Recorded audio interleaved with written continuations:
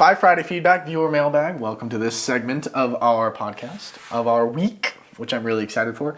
So, it is a letter. It is from a wonderful person, one of our viewers. How I went from 10K a day to zero, now living check to check. Interesting. Howdy, Fi guys. 2 years ago, I was pulling in 10K a day. That's $10,000 a day. Dang. Rocking in a sweet 20 to 30% profit margin, all from my bedroom. Fast forward to today, I'm grinding the 9 to 5, living paycheck to paycheck, struggling to pay the bills. Before I start, I want to say that I'm not really sure what the point of writing you is. I guess it can be looked on as a cautionary tale or something interesting for the viewers. Maybe you guys will have similar stories to tell, but we'll see. I know that Dominic said that he was looking into dropshipping at one point, so maybe he can learn from me. I'm not really asking for advice necessarily, but I'm open to hearing any honest feedback. After telling my story, I'll try to keep it concise. Okay. So, late 2019, early 2020, before the pandemic, I was working in sales at a high-ish end dealership. Brutal hours, but fun and challenging. Although the colleagues' sales tactics were a bit morally questionable at times, I was still making about 5 to 6K a month. Nice. Good living. Good living. For sure. One day I sold a car that had a bonus on it combined with my hourly and made about $400 that day. That's pretty good. That's cool. I like that. I'm down for that. At this point, this was the most money I'd ever made in one day, and I was hyped. I get home that day excitedly to tell my 19-year-old buddy about how I made $400, which I spent the 11 to 12 hours at the dealership working hard to get. He goes, "That's cool. I just made $1,200 today, and I was cruising around in my Mustang all day." Oof. He said he was drop shipping jewelry on Instagram and Facebook, and it was about 1K profit for the day for about an hour of work at most. Wow, dang. At this moment, I have an epiphany, and I say to myself, what the heck am I doing? I began researching dropshipping and getting into mentorship with my buddy. After about a month or two of trying 3 or 4 products, I spent about $1,000 on ads, and nothing is hitting. COVID ended up hitting the world. A week or two before COVID hit, though, I had launched my 4th attempt at dropshipping a product. Finally, a sale. Nice. Good. Very awesome. It must be so nice when that first sale hits. And one thing I just noticed there is that he didn't even talk about his first 3. That means that he failed 3 times and continued going. So that's awesome. I love the persistence. Yeah. I love it. First week I'm doing under 5 sales a day and either barely breaking even or making about $10 to $20 profit. Okay. Pandemic hits full swing early March of 2020. Unfortunately, the car dealership lays everyone off, including me, and now I am jobless. 2 weeks after being laid off, my boss called me and says, he wants me back. He wants me back. He must have been a good employee. Yeah. My store is doing about $40 to $50 a day in profit at this point, his dropshipping store. Mm-hmm. I see the potential future in this, so I make a tough decision to tell my boss no and to focus on my store. Deuces. I'll see you later. Over the next 6 months, though, the end of 2020 and into 2021, the store grows massively. At its peak, I'm doing about $10,000 a day in revenue, which is about $2,500 profit. I'm feeling rich, and I finally feel like I made it. That's crazy. Dude, $2,500 a day in profit? Dude, I can't spend $2,500 on snacks in a month. That's crazy. I probably don't spend $2,500 on like snacks in a year. I don't know. Well, I mean, I'm not talking about like food. I'm talking about like, stupid snacks that I shouldn't be eating. Oh, I'd hope not. I hope not. Yeah. I'd hope not. That's awesome. Damn, a day's worth of work for a year's worth of snacks. I know, right? I'm thinking food. You know me. Keep in mind, though, this whole process, I did very little maintenance work. For the first ad creative, which is basically like an ad, basically, I launched, it was pieced together from other companies' ads who sold the same product. Is that okay to do? There's nothing against it. It's morally questionable. Okay, cool. It's morally questionable. That's fine. It's basically just ripping someone else's video. Okay. And using it as your own. It's not great. Okay. It's not great. It's not illegal, but it's not great. Morally questionable. but it's very common. I would say that's what's very common. Let's see, where are we at? Thank you. Probably did my first 5 to 10K in sales off this ad. Really good. Then filmed my own. Smart. Milked the second ad for a couple $100,000. Nice. And only after that ad died, I made a third ad creative, which I milked for another few 100K in sales, right? And remember the 20, 30, margin. Yeah. Profit margin.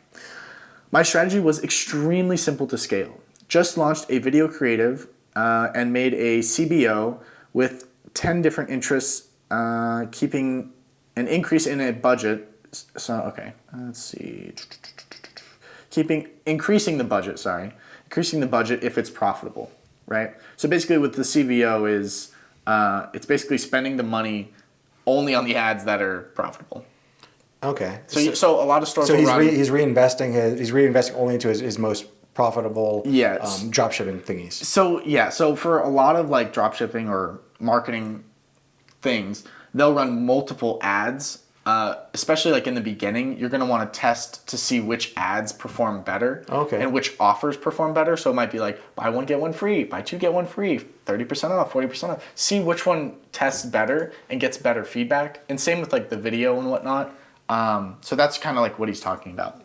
Okay, because I see right here, it says at one point I was spending between $4,000 and $5,000 a day on ads. Yes. But he was making $10,000 in profit. So yes. Okay, I understand. Yes. So, well, 10,000. Yeah, 10,000 in revenue. In revenue, which revenue. produced the okay. Yeah. So yeah, spending money on ads it can be a lot depending on the platform, depending on the season. And then so the other money was coming from him purchasing the product to ship.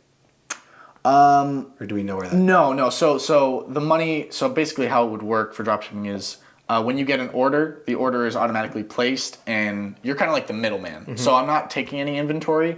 I'm just providing I'm bringing this product to you, basically. Okay. So I'm not spending any upfront costs. So thankfully, he doesn't have any upfront costs on this. This is why it's so popular to dropship, because there's not a lot of risk involved. Mm-hmm. But yeah, getting back to the story, early to mid 2021, the revenue started dwindling, but I had more money than I had ever had.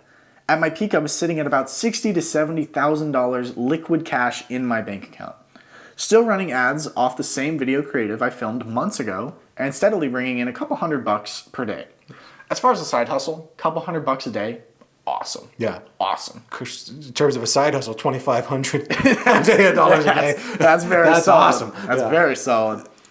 Let's see. Mid to late 2021, the creative wasn't as profitable anymore and money stopped coming in. I started focusing on other things like getting my first apartment, getting a new girlfriend, new hobbies, etc. Also, I had to pay a hefty tax bill. Yep. We did a whole pod on that. While I had money, I was living lavishly, buying stuff on whim, bought a new PC, eating out, wasting money in general, since it seemed so easy to make money. It seems that my thought process was basically making all this money was so easy, so I'll just relax and enjoy the money I've made so far, might as well. And when it runs low, I'll start a new product and I'll be fine. Fast forward to early 2022. I look up one day and it's been 8 months since I've made a single dollar running ads. And all of a sudden, I'm down to $8,000 in my bank account, which is basically 2 to 3 months worth of expenses at most. And in his words, I'm effed. I'm effed. Yeah, but he did not write effed. He didn't write that. No, he didn't write that. Money runs out. Even if I want to start a new store, I don't have excess money at the moment, and I'm literally scrapping by just to pay bills with odd jobs. Mid to late 2022, I got the job I'm currently at, $75,000 a year, solid. Depend on your costs of your living expenses and whatnot, but. At which it pays my bills and leaves me with a little bit of extra money every month, but not too much money. Okay. Today in 2023, or I guess when he was writing this, 2023, I finally established enough at this job to have a little bit of extra money each month to not desperately worry about bills and have a little bit extra to invest. That's super important. Currently looking to restart my entrepreneurial journey and do things better this time around. That's my story. Thank you very much. From Riding high, then counting the lows. Please learn from me before the money goes. I love the riddles. I do. So I love the riddles. So you actually wrote back to him. Yeah. You brought me this, and I was like, bro. So I reach out to him, and like this guy is super freaking cool. That's sick. Yeah. So I talked to him. Well, first we talked through email, then we actually got on the phone together. Love that. But he sent me back a message. So I'm really not going to give any advice here. Like this, he was very introspective. He was able to look at himself, and he wrote me back. So I'm going to read you what he wrote me back. Things that he wanted me to share with the listeners here. So after hearing that story, he said, some questions that may arise after reading my previous message. Why didn't you just continue to make new videos or ads or start another store when money started getting low, or even while you were still successful? Yeah. Like, why did you wait? Yeah. So he said, that's a good question. I really don't know. Maybe laziness, maybe procrastination, maybe a false sense of security. Anytime I got that nagging feeling to maintain my store or to do work, I see a random $800 or whatever hit my account that day, and I'd be like, I can get to it later. There's nothing to worry about. Money's still coming in. Even to this day, he says, I still struggle with that. At this point, it's been over 2 years. I've tried launching a few new stores, but they failed and were few and far between. I still feel like I put real effort in, and if I put real effort in, I could be back to making money like I was before within a few months. I will say that I don't think my success was just a fluke. I paid great attention to detail, and it wasn't an accident. I deliberately studied how to make the perfect website, how to create the perfect video, customer service, fulfillment, sales funnel, etc., and understand why the success happened and how it happened. The main problem I seem to have right now is just procrastination. The devil on my shoulder is convincing me not to take action when I know that action is necessary. Maybe it's too strong of a things will be all right if I work, and they'll work themselves out mentality, which can be useful in some aspects of life, but maybe detrimental for someone like me who wants to persist as an entrepreneurial mindseted person. And then he gave us his key takeaways. So here are some key takeaways for your listeners. Number 1, don't be lazy. Number 2, money management is important. Yes. Number 3, don't forget to set aside money for taxes. Yes. Number 4, just because you struck gold once doesn't mean anything unless you can do it repeatably. Yeah. And number 5, be consistent and don't get comfortable once you start seeing success. That last one is very good. All of them great.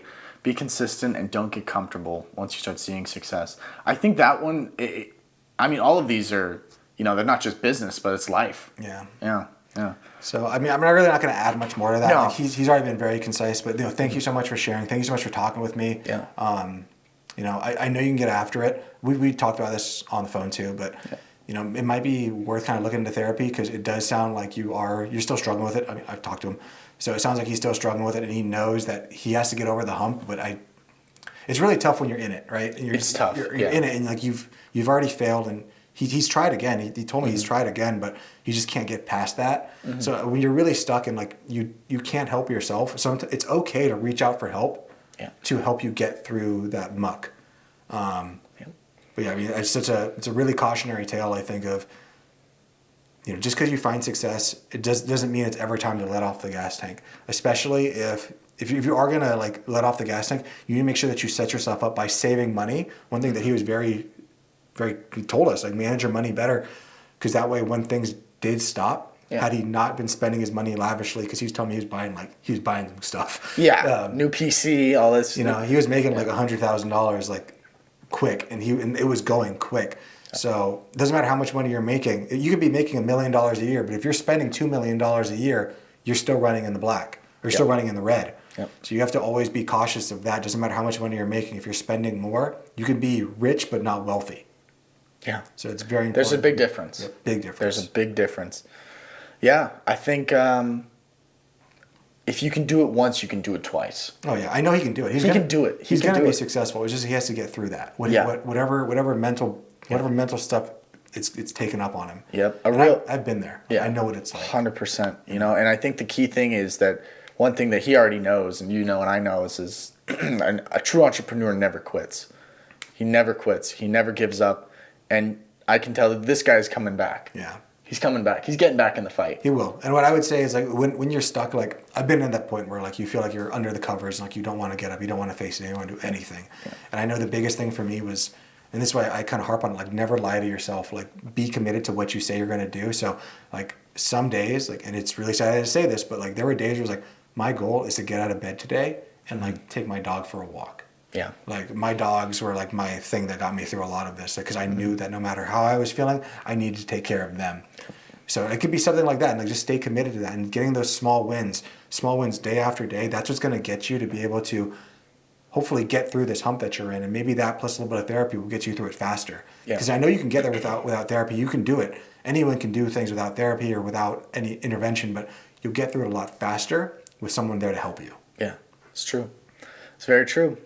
With that being said, thanks so much for sharing. Thank you for sharing. Big hugs from Arizona. Big hugs, yeah. Big hugs from Arizona. Big high fives. We're excited to. I can't wait for the comeback. Oh yeah, man. I'm sure. I think he'll write back and let us know what's going on. Heck yeah. And I'm looking forward to it. Dude, I love that. This video podcast is sponsored by Monzon Wealth. The content in this podcast is for informational purposes only and should not be considered financial advice. We do not endorse specific products or services. Past performance does not guarantee future results. The opinions expressed are those of the hosts and guests, not the podcast sponsor. It is crucial to consult with a qualified financial advisor or professional who can provide advice tailored to your specific needs before making any financial decisions, investments, or taking any other actions. If you are seeking specified help, you can reach out to Chris at monzonwealth.com.